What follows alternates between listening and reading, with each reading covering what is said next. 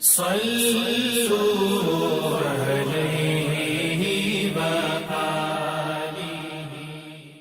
صحیح بخاری حدیث نمبر 43۔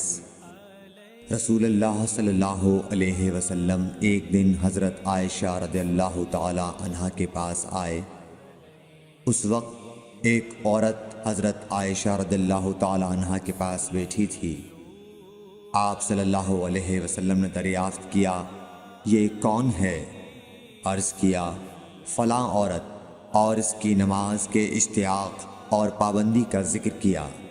آپ صلی اللہ علیہ وسلم نے فرمایا، ٹھہر جاؤ، سن لو کہ تم پر اتنا ہی عمل واجب ہے جتنے عمل کی تمہارے اندر طاقت ہے۔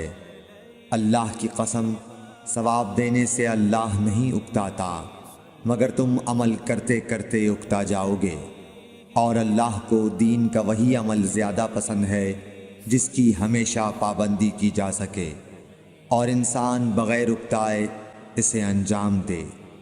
صلوا